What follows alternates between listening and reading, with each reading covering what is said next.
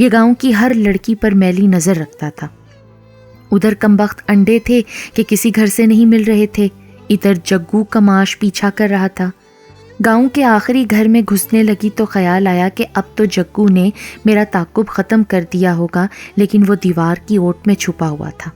شام سر پر تھی، مجھے گھر جانے کی جلدی تھی، مگر صرف 2 ہی انڈے مل سکے تھے، کیونکہ یہ وہ موسم تھا جب مرغیوں کو انڈوں پر بٹھایا جاتا تھا تاکہ بچے نکال سکیں۔ اکثر گھروں میں انہوں نے اپنی مرغیاں انڈوں پر بٹھا رکھی تھیں۔ میں 2 انڈے پلو میں ڈال کر جلدی سے اس آخری گھر سے نکلی۔ خبر نہ تھی کہ جگو دیوار کے پیچھے بیٹھا ہوا ہے۔ اس نے دوڑ کر مجھ کو پکڑ لیا۔ تھانے دار کا وہ رشتہ دار تھا، بھلا اس کو کس کا خوف؟ قریب ہی اس کا ڈیرا تھا، وہ مجھے ڈیرے پر لے آیا۔ اس نے میرا منہ اپنے مضبوط ہاتھ سے دبا رکھا تھا۔ ڈیرے پر میں نے شور مچایا تو میرا بھائی جو قریب ہی ذمہ دار کے کھیتوں میں پانی لگا رہا تھا دوڑ کر آ گیا۔ اس کے ہاتھ میں پھاوڑا تھا، اس نے وار کر کے جگو کو شدید زخمی کر ڈالا اور بعد میں اس کی موت ہو گئی۔ بھائی سلیم کو عمر قید ہو گئی اور میرا باپ اس دکھ کی تاب نہ لاتے ہوئے اللہ کو پیارا ہو گیا۔ میری تو دنیا اندھیر ہو گئی اور ادھر سوتیلی ماں کو ظلم ڈھانے کا وسیع موقع ہاتھ آ گیا۔ اب کون تھا جو مجھ کو اس کے ستمگر ہاتھوں سے بچاتا؟ گاؤں میں بن قصور بدنام ہو گئی تھی، اور اس بدنامی میں میری ماں گوہر کا ہی ہاتھ تھا، جو طرح طرح کے قصے میرے بارے میں گھڑ کر گاؤں والوں کو سناتی۔ ایک دن تندور پر روٹیاں لگاتے ہوئے مجھے سخت پیاس لگی۔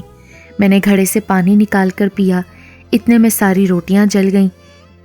سوتیلی ماں کو روٹی جلنے کی بو آئی، وہ دوڑی آئی۔ جب دیکھا کہ 4 روٹیاں ایک ساتھ جل گئی ہیں تو اس نے پاس پڑی لکڑی اٹھا کر مجھ کو پیٹنا شروع کر دیا۔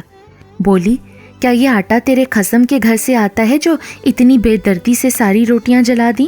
جا دفع ہو جا اور نہر میں جا کر ڈوب مر۔ تو ہی غلط تھی جو جگو نے تجھ کو اٹھایا، ورنہ کون ایسے کسی کی بیٹی کو کھینچ کر ڈیرے پر لے جاتا ہے؟ تیرے کارن میرا سہاگ اور تیرا بھائی جان سے چلے گئے۔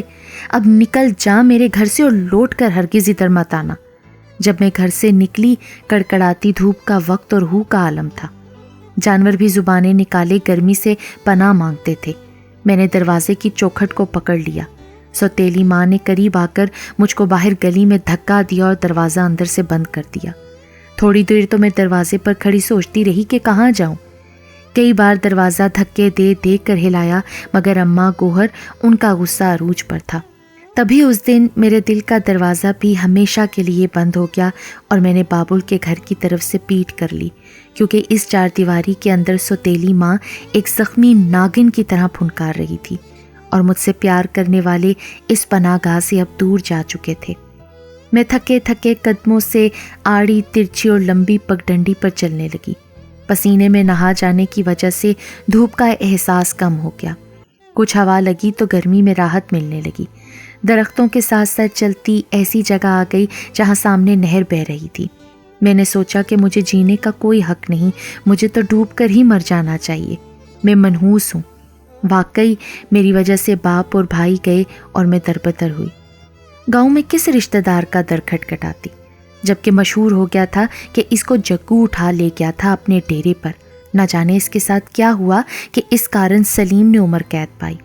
اسی سبب کسی نے اپنا در مجھ پر نہ کھولنا تھا۔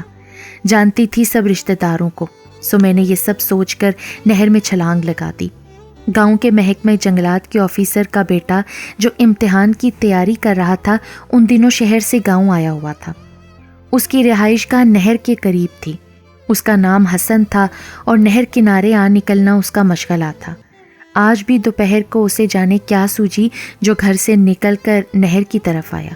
یہ تو سیر کا وقت نہ تھا، پر شاید قدرت نے مجھے بچانا تھا جو بھری دوپہر میں نہر کی طرف جانے کا خیال اس کے دل میں ڈال دیا۔ گرمی کی دوپہر میں تو ہر سو ہو کا عالم ہوتا ہے۔ اس نے دیکھا کہ ایک لڑکی نے نہر میں چھلانگ لگا دی ہے۔ پہلی نظر میں سمجھا کہ شاید مجھ کو تیرنا آتا ہوگا، ورنہ ایسے کون اتنی بڑی نہر میں چھلانگ لگاتا ہے۔ اگلے لمحے اس کو اندازہ ہو گیا کہ مجھے تیرنا نہیں آتا۔ مجھ کو ڈبکیاں لگاتے دیکھ کر اس نے نہر میں چھلانگ لگا دی۔ وہ بہت اچھا تیراک تھا، مجھ کو مرنے سے بچا لیا۔ اگر حسن اچھا تیراک نہ ہوتا تو میرا ڈوب جانا یقینی تھا، کیونکہ تیرنا تو دور کی بات، میں تو پانی سے بھی ڈرتی تھی۔ وہ کسی صورت مجھے کنارے لایا۔ اتنے میں اس کا ڈرائیور آ گیا ان دونوں نے پہلے میرے پیٹ سے پانی نکالا، پھر مجھ کو ہسپتال لے آئے۔ اس وقت میں بے ہوش تھی۔ اپنے گھر لا کر مجھ سے احوال پوچھا۔ میں نے صاف صاف سوتیلی ماں کے ہاتھوں جو مجھ پر بیتی تھی ان کو بتا دیا۔ حسن کی ماں شہر میں اور اس کے والد نوکروں کے ساتھ یہاں رہتے تھے۔ انہوں نے اس کی ماں کو بلوا لیا۔ حسن کی ماں نے دل کے کانوں سے میری روتات سنی۔ جب میں ان کو اپنا احوال بتا رہی تھی، ہچکیوں سے رو بھی رہی تھی۔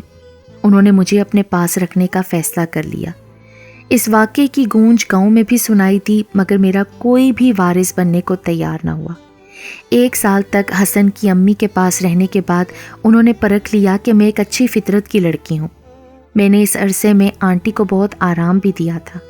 میری خدمت گزاری نے ان کا دل جیت لیا۔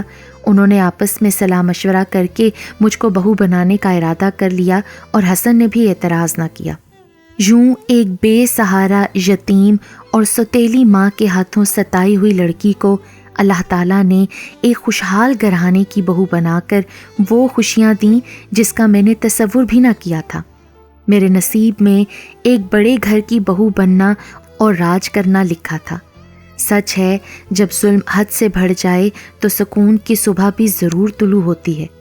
میری خوش قسمتی کا سورج میرے نصیب کے اندھیرے ہی سے نکلا اور دیکھتے دیکھتے میری زندگی منور ہو گئی۔